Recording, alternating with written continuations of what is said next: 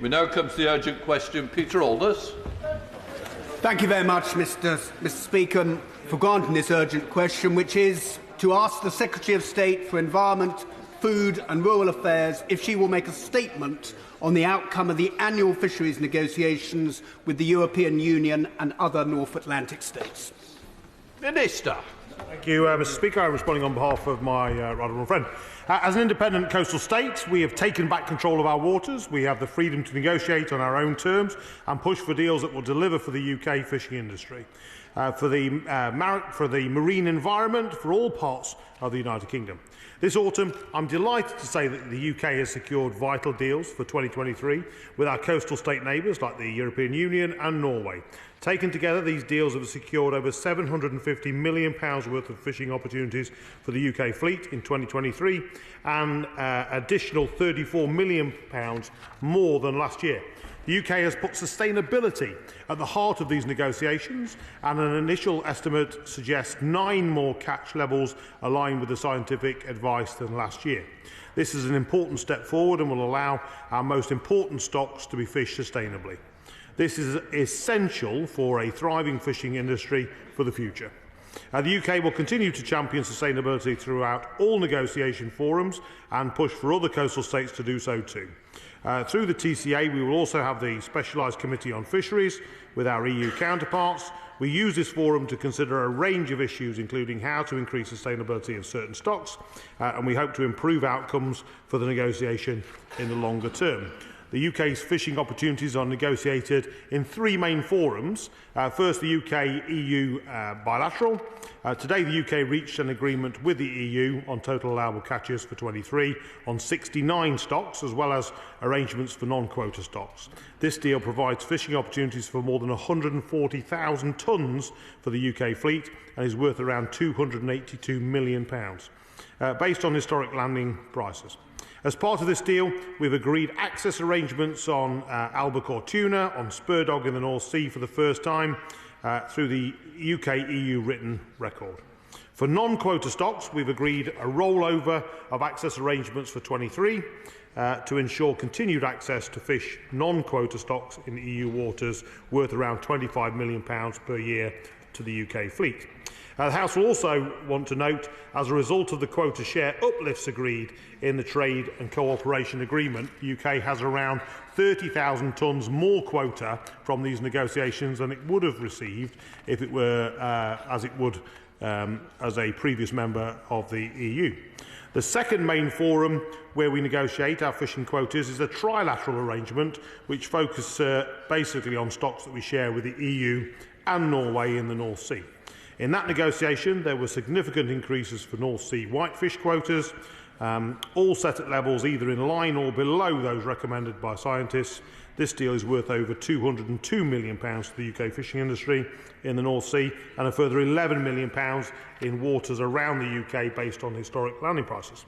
The UK also reached a deal with Norway which ensures stability in the UK whitefish fishing industry through continued access to other waters for 2023.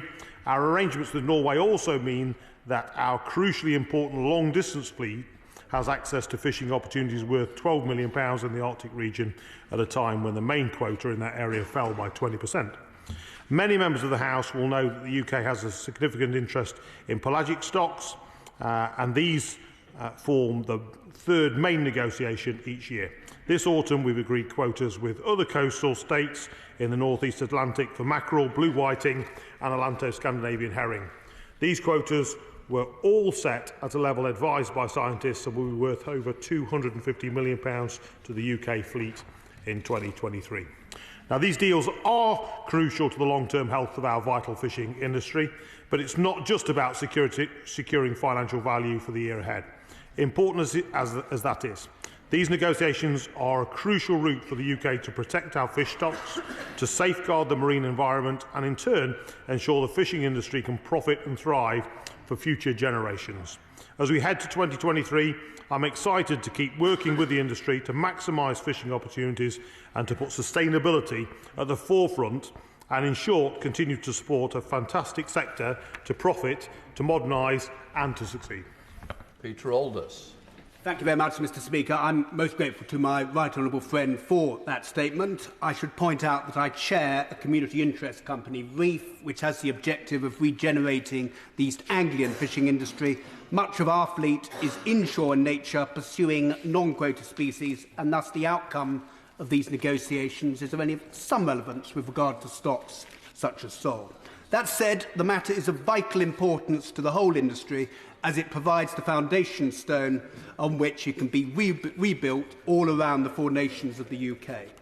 It used to be, Mr. Speaker, an annual tradition that the Minister would come to this chamber to make a statement at the conclusion of the negotiations, and thus it is to be regretted that it has been necessary to submit this urgent question, particularly taking into account the enormous interest in fishing generated by Brexit and the role that the industry can play in levelling up coastal communities such as Lowestoft, which I represent. My right honourable friend highlighted that the total UK fishing opportunities secured across the three main negotiating forums total £750 million, an increase of £34 million on the previous year. This is an increase, Mr. Speaker, of 4.7%, considerably below the level of inflation, which is hitting fishing businesses particularly hard at the current time. I would be most grateful if my right honourable friend could add to his statement by answering the following questions. Can he advise as to the preparatory work that is carried out to ensure that the UK achieves better outcomes from the negotiations now that we are participating as an independent coastal state and not part of the EU, and what monitoring work is carried out after each annual negotiation? Mr. Speaker, the negotiations were due to complete by 10th December. I would be most grateful if my right honourable friend could advise as to the reason why they were not, and whether those issues that caused the delay have been concluded satisfactorily from the UK's perspective. To revive the fishing industry, Mr. Speaker, post-Brexit, it is necessary to enhance trust and for government to work in partnership with the devolved nations, industry and conservation organisations. This is best achieved by increased transparency. Therefore, can my right honourable friend publish the positions that the UK took for the total allowable catch levels for each stock? Progress towards sustainable fishing requires accountability, and making this information available would contribute towards this. Finally, Mr. Speaker, as mentioned, East Anglian fishermen will accrue limited immediate benefit from the outcome of these negotiations, but from it should flow the improved management of fisheries and increased access to fishing opportunities for local fishermen. With this in mind, can my right honourable friend provide a progress report on the government's plans in this regard? Thank you very much, Mr. Speaker. Minister.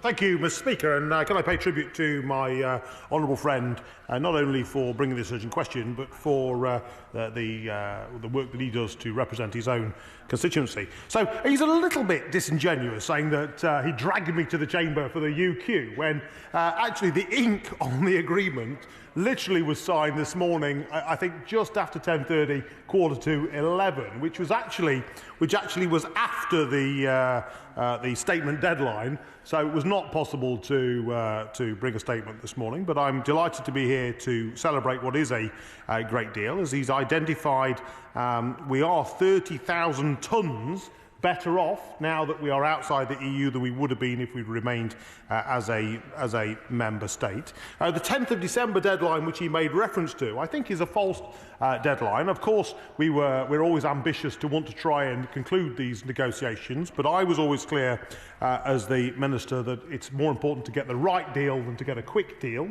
And putting false deadlines in does not always bring you to the right deal. And then he mentioned our negotiating position and would we lay that out in public. And I'm afraid to say to him directly, no is the answer to that. I'm not prepared to share our negotiating position. I don't think that's how you get a good deal for the UK. That's what we've been able to secure. And I think if you put out in public where your red lines are before you enter the room, you tend to move to those red lines very quickly and fall back from that position. We now come to the Shadow Minister, Daniels. Thank you, Mr. Speaker, and I congratulate also the honourable member for Waveney for securing this urgent question.